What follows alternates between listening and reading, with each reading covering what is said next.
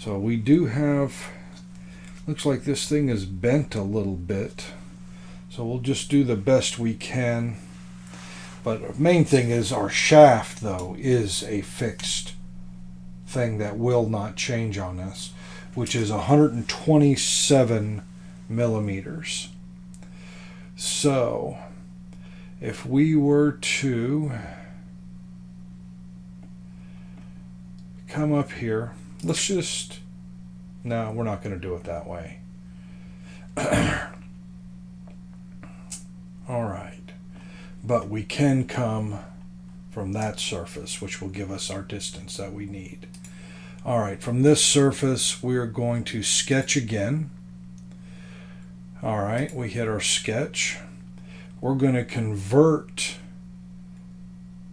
this sketch, or that line segment. You can see that it is there. So we know that this distance that we created from here to here is 29.5, okay? So if we take that measurement, we know our total measurement is, but we're going the opposite direction, was 127 millimeters, right? Oops, that wasn't supposed to go that fast. Let's go back to here. Oh, I didn't even take my input. 127 minus our 29.5, which will give us 97.5, which will then give us our,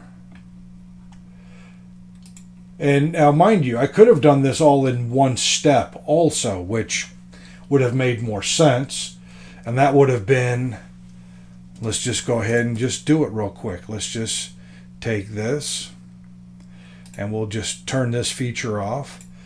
Not that feature, this feature. All right, let's go back to here.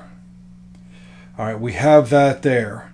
Now let's also go to the second direction, which was what? The 127 minus 29.5, which was the 97.5, and call that there. Now the same thing here with this chamfer. Let's go ahead and move this. I wonder what's going on here. Somebody's making some noise. I think Monique is still doing something, so let me hit pause. Oh, my tools are over on the other.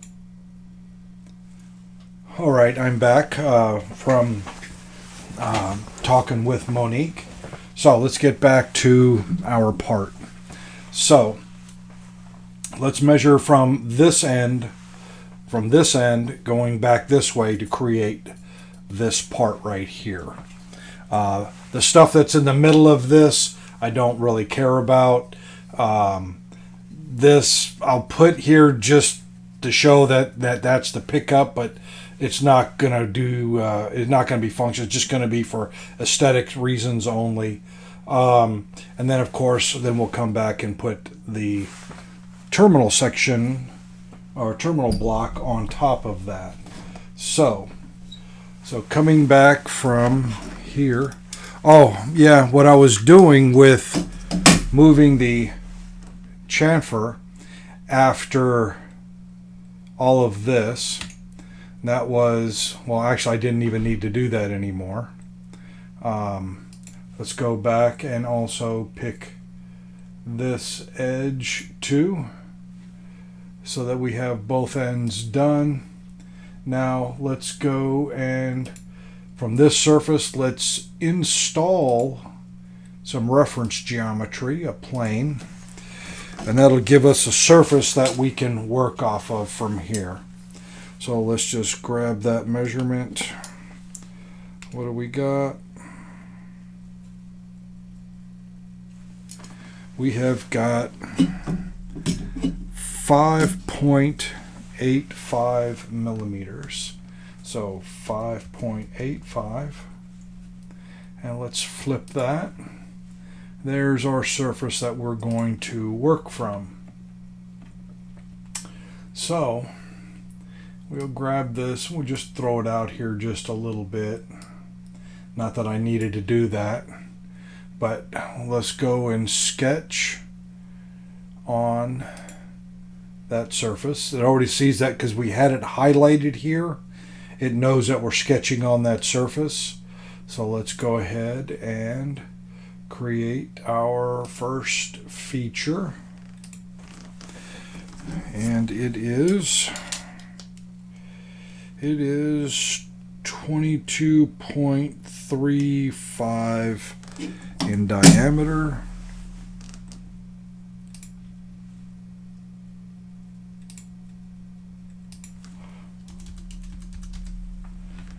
All right, and it is how thick?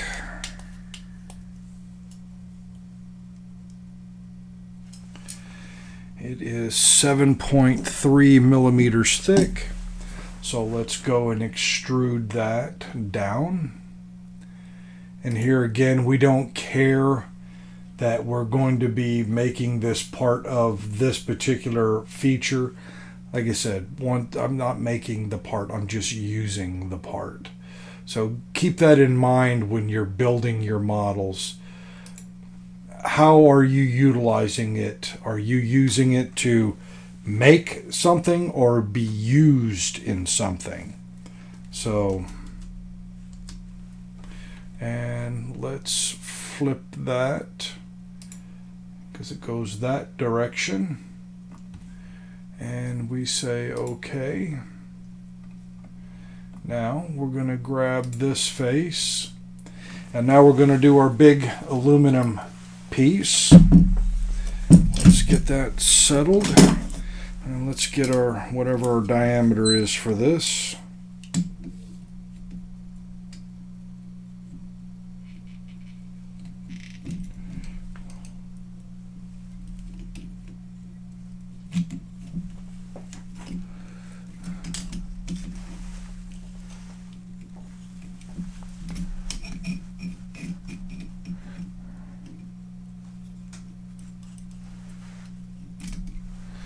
All right, we got 101.7.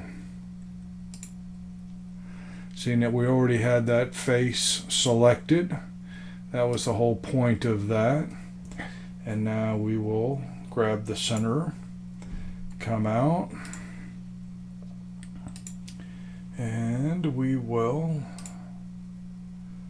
grab that, and that is 101.7. So that we can see what it is that we're doing. You can see right here that we are on that. Now let's grab that thickness, and it is let's say just 2.3 millimeters. 2.3. Oh, I'm gonna mess up here.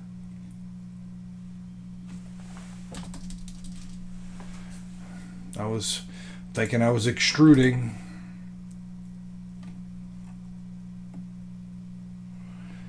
All right. So we say 2.3. Now, we could have done these whole features here on the back, and I will. And I could have done it as part of the extruding of this disc, and I may just do that right now anyways. Just go back and re-edit this part, and let's go ahead and set this to wrong one. We're going to be looking through the part. We know we have a couple of circles, so let's grab those, and there. Let's also take this. We don't need this plane on anymore. It was there for us to use while we used it. We're done using it.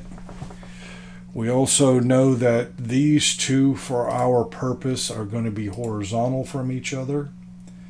And based off of the center point, we also know that they are equal in size.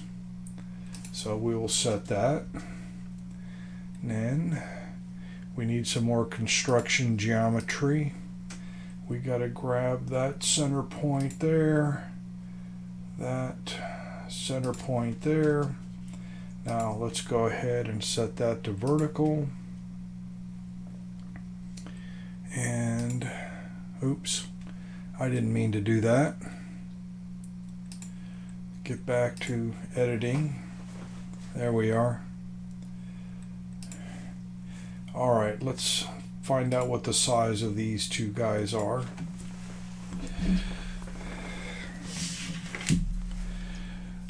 This is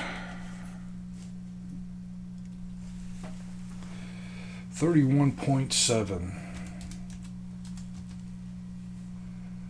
All right.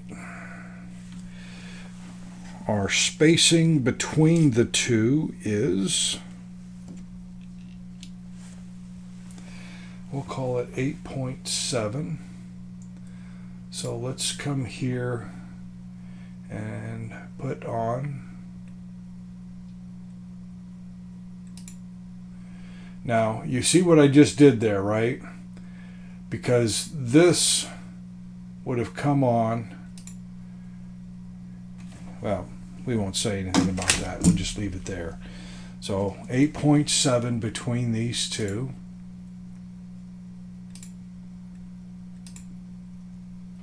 Wow, it's already pretty darn close. 8.7. All right. Now, the question is, to the closest part of that outside edge, it's 6.4 millimeters. So let's go and place a point out here, and let's put some construction geometry on here. And you're going to see what I'm doing here in a moment. All right, I'm going to take and put this on midpoint, but I'm also going to set this and this as tangent. Okay.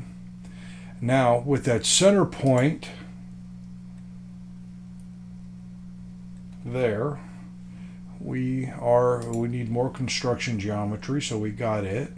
So let's grab this point and this point, set that like so, and then we'll make sure this and this is